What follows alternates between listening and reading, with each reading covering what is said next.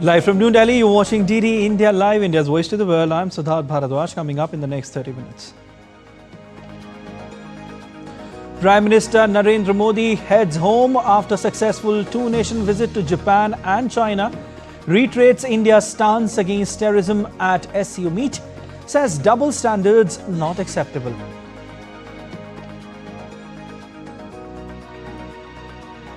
SCO summit members sign leaders' declaration at the 25th SCO summit, strongly condemns Pahalgam terror attack.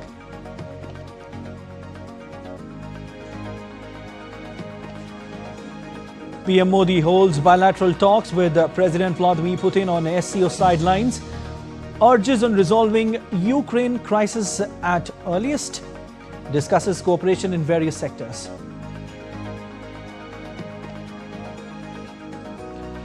And more than 800 people killed and over 2,500 injured after 6.0 magnitude earthquake hits eastern Afghanistan. Rescue operations on war footing note. India extends support.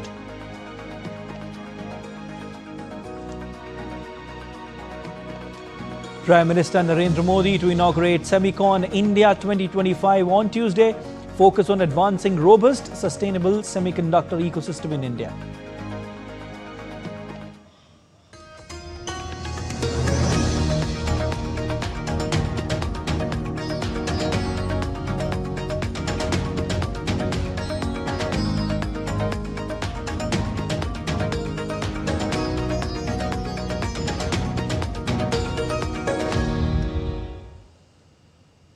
Prime Minister Narendra Modi has concluded his China visit.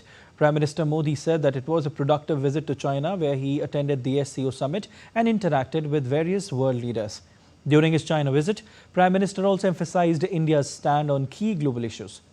Prime Minister thanked President Xi Jinping, the Chinese government and the people for successful organization of this summit.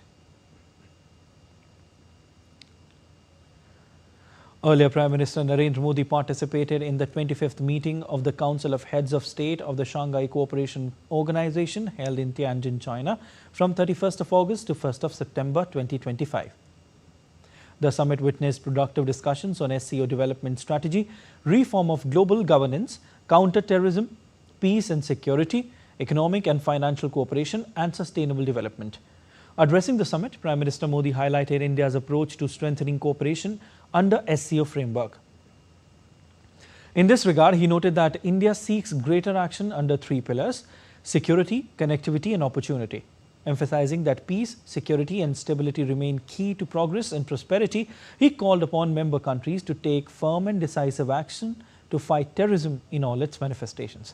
PM Modi underlined the need for coordinated action against terror financing and radicalization, thanking member countries for their strong solidarity in wake of Pahalgam terror attack. PM emphasized that there should be no double standards in dealing with terrorism and urged the group to hold countries who perpetrate and support cross-border terrorism accountable.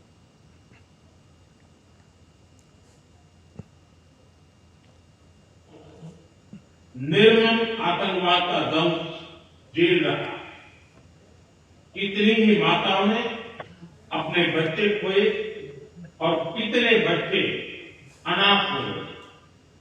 हाल ही में हमने पहलगाम में terrorism का बहुत ही घिनौना रूप देखा। इस दुख की घड़ी में जो मित्र देश हमारे साथ खड़े रहे, मैं उनका आभार व्यक्त करता हूं। यह हमला केवल भारत की अंतरात्मा पर ही आघात नहीं, यह मानवता में विश्वास रखने वाले हर देश, हर व्यक्ति को खुली चुनौती थी।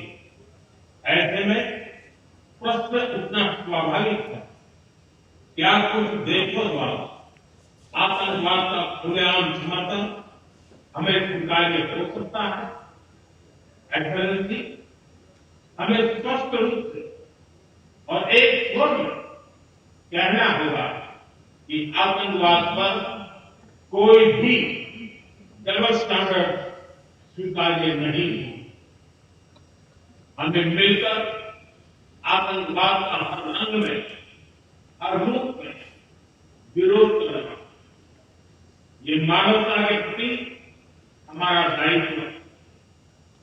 Highlighting the role of connectivity in fostering development and building trust, Prime Minister stated that India strongly supported projects such as Chabar Port and International North-South Transport Corridor. Bharat का हमेशा से मत रहा है कि मजबूत कनेक्टिविटी से केवल व्यापार ही नहीं बल्कि विश्वास और विकास के द्वार भी खुलते हैं। इसी सोच के साथ हम चाबहार पोर्ट और international north south transport corridor जैसे इनिशिएटिव पर काम कर रहे हैं। इनसे हम अफगानिस्तान और मध्य एशिया के साथ संपर्क बढ़ा सकते हैं।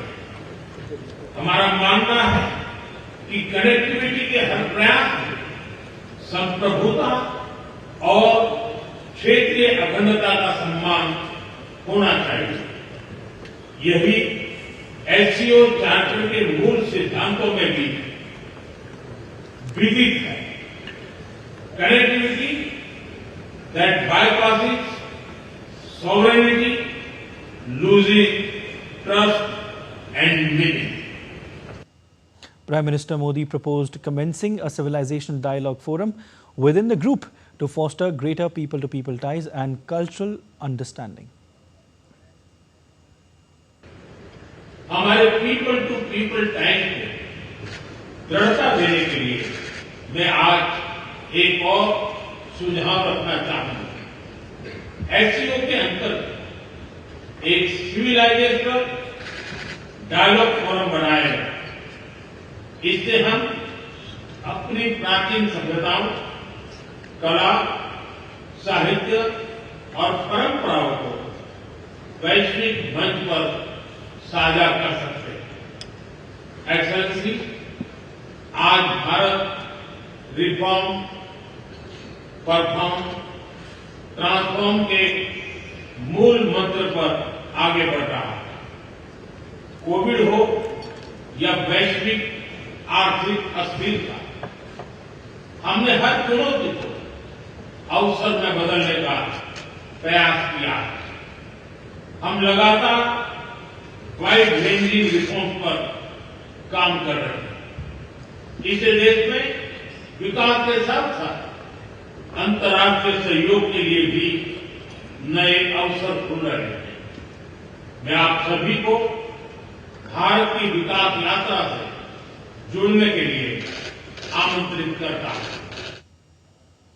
Addressing the SCO summit, Prime Minister Narendra Modi outlined India's vision based on security, connectivity and opportunity.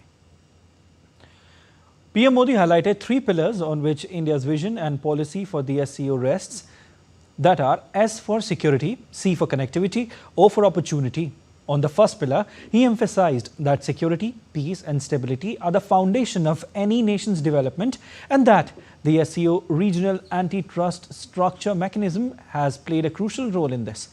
This year, India led the joint information operation to combat terrorist organization Al-Qaeda and its affiliates. Further, the second pillar, that is connectivity, he said that India has always believed strong connectivity not only boosts trade but also opens doors to trust and development. Moving on, PM Modi said that the third pillar is opportunity. Opportunities for cooperation and reform, adding that to further strengthen India's people-to-people ties, PM proposed the creation of an SCO civilizational dialogue forum. This would allow us to share our ancient civilizations, art, literature and traditions on a global stage.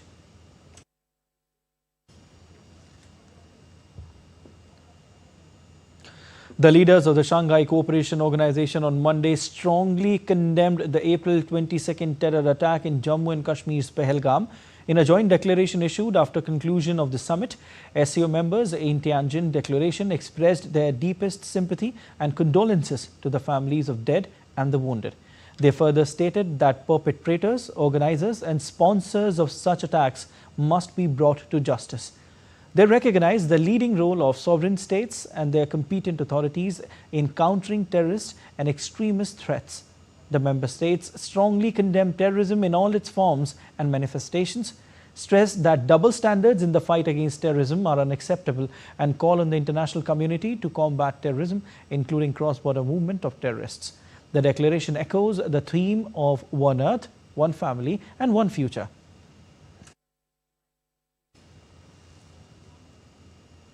Prime Minister Narendra Modi met with the President of Russia, Vladimir Putin, on the sidelines of the Shanghai Cooperation Organization summit in Tianjin. The leaders discussed bilateral cooperation, including in the economic, financial and energy sectors, and expressed satisfaction with the sustained growth in bilateral ties in these areas. The two leaders also discussed regional and global issues, including the latest developments concerning Ukraine. Prime Minister reiterated his support for the recent initiatives that have been taken to address the conflict in Ukraine and emphasized the need to expedite a cessation of conflict and find a durable peace settlement. The two leaders reaffirmed their support for further strengthening of the special and privileged strategic partnership between the two countries. Prime Minister conveyed to President Putin that he was looking forward to receiving him in India for the 23rd annual summit later this year.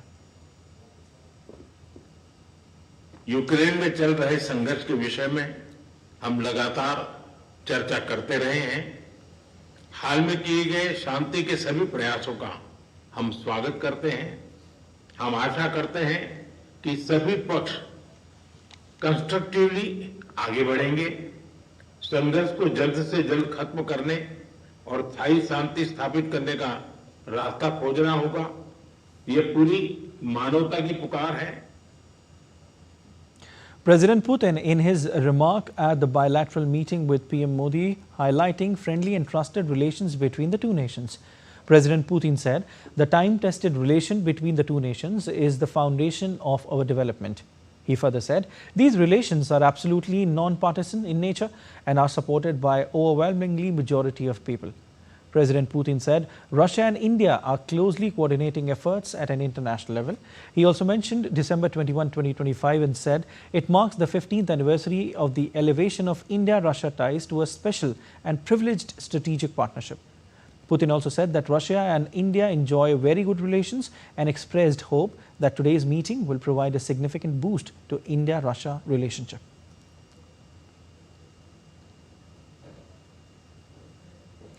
The impact of climate change on all parts of life are getting stronger year by year, and farmers know all about it. Their harvest stands and falls with the weather any given summer.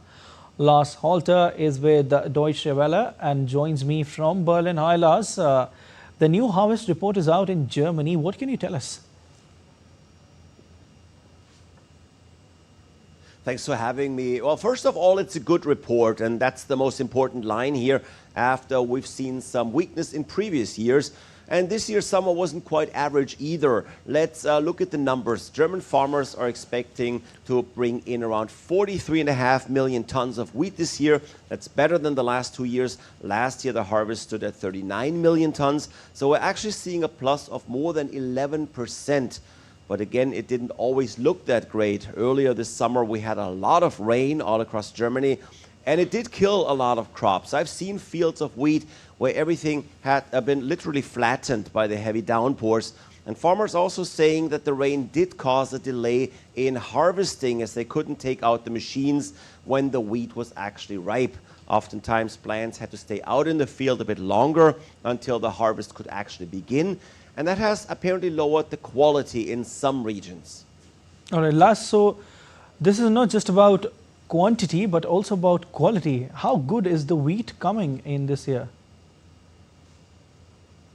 It is still pretty good all in all, but farmers are no longer taking that for granted.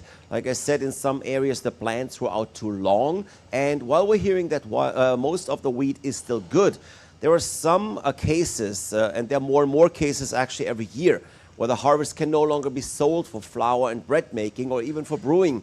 Now, it's still apparently not too many cases like that, but they are becoming more common. That's as we're seeing extreme weather almost every year now. This year, as I said, we had a lot of rain, while previous years have seen drought periods. There are differences in the quality of the harvest, of course, not only regionally, but also with regards to how the crop is actually raised. Eco-friendly alternative methods are actually winning here, the quality of organic wheat being better in most cases. Now that is partially due to the wheat not coming out of monocultures, Those are often bad for the soil. So there are methods for farmers to improve the quality out in the field. But of course, they also take more work and would likely increase prices. All right, Lars, we leave it there. Thank you so much. And let's see what's happening around the world. Finland's Helsinki witnessed an influx of hundreds of participants joining for the 25th anniversary celebrations of Sandstorm. It is one of the biggest hits of Finnish artist Darude to top the UK singles chart 25 years ago.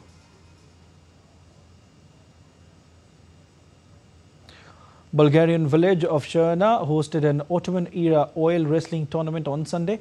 The event witnessed participation from wrestlers from across the Balkan states to witness a show of strength, skill and cultural heritage.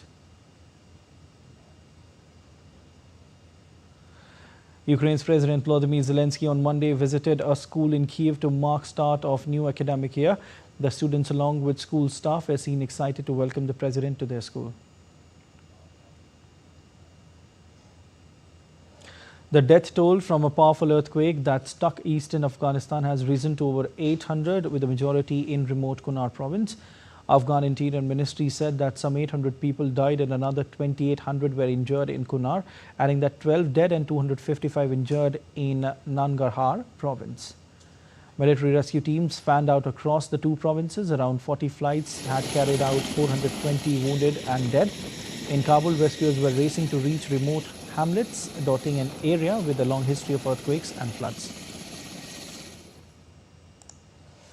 According to US Geological Survey, the epicenter was located near east-northeast of Jalalabad and had a shallow depth of 8 to 10 kilometers. The tremors were felt as far away as Kabul and Islamabad, which is around 370 kilometers from the epicenter.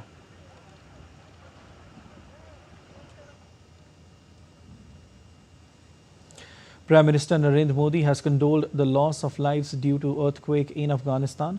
Taking on social media platform, PM Modi said, and I quote, "Deeply saddened by the loss of lives due to earthquake in Afghanistan. Our thoughts and prayers are with the bereaved families in this difficult hour, and we wish a speedy recovery to the injured.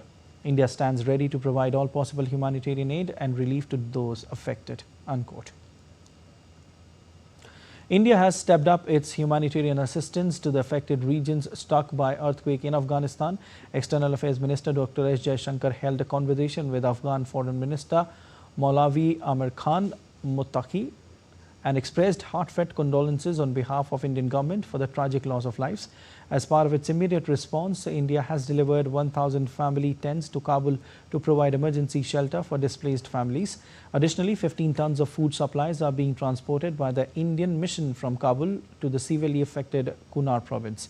Further, consignments of relief material are scheduled to be dispatched from India starting Tuesday.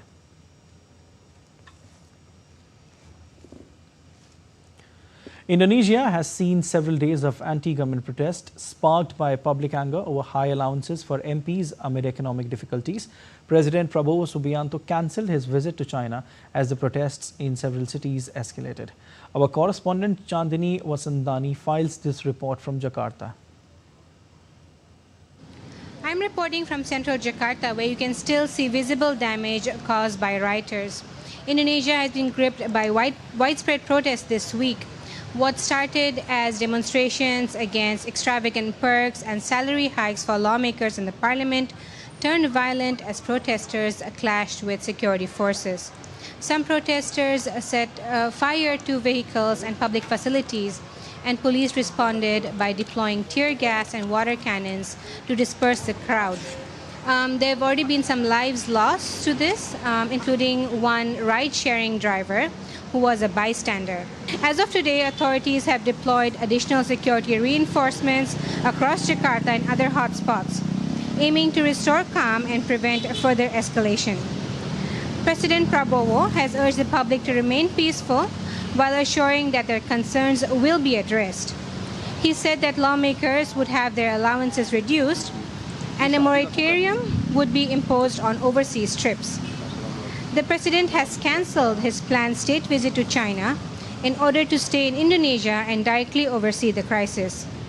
His administration is now under pressure to balance a firm security response with dialogue to ease tensions. For now, Jakarta and other major cities remain under tight watch as there are rumors of protests happening further. This is Chani Vasandani in Jakarta for DD India. Prime Minister Narendra Modi will inaugurate the 4th edition of Semicon India 2025 on September 2nd at Yashobhoomi, New Delhi. The flagship event reinforces India's ambition to emerge as a global semiconductor hub. More than 2,500 delegates from over 48 countries to participate. DD India's Tapas Bhattacharya reports.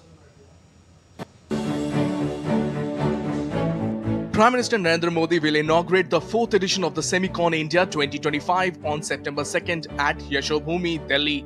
The flagship event reaffirms India's ambition to become a global semiconductor powerhouse. Semicon India 2025 will bring together top global leaders, industry experts, academia, government officials and students under the theme Building the Next Semiconductor Powerhouse. We understand that more than 350 companies are taking part, and there are going to be extensive displays. The entire hall has been occupied. In fact, they've had to turn away some of the possible participants in the expo.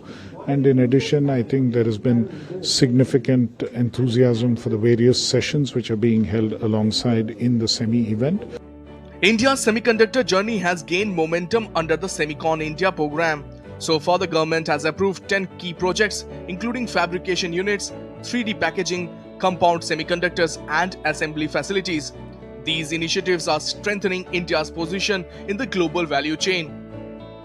It's a matter of pride that this year the first semiconductor chips commercially built in the country are to be rolled out.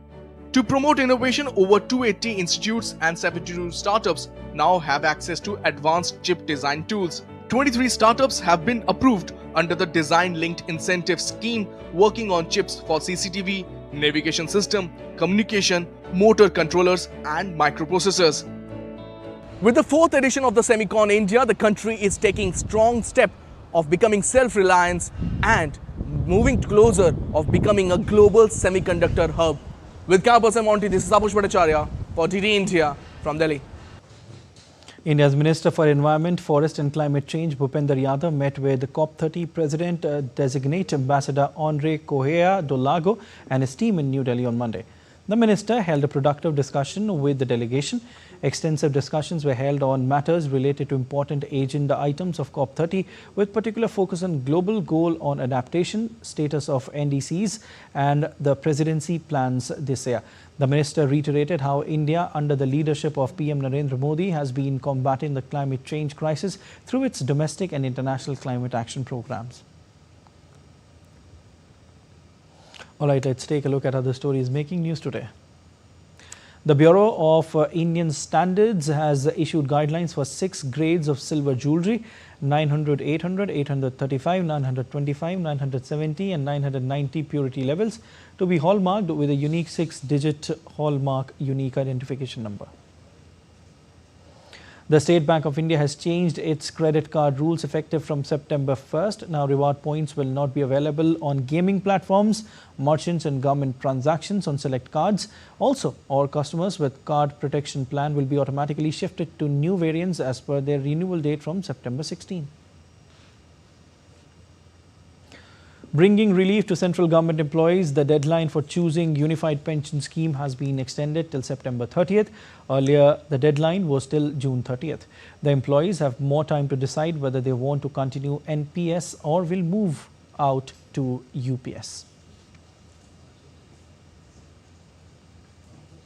The International Expo of Nepal Electric Power and Lights concludes in Kathmandu, bringing together professionals and stakeholders from Nepal and neighboring countries.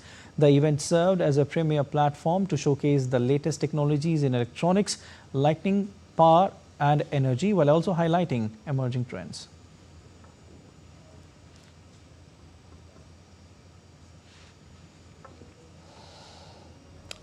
That's all for this edition of DD India Live, but let us know your thoughts on the news of the day. For those on the go, you can get all the latest news and updates from India and across the world on DD India mobile app.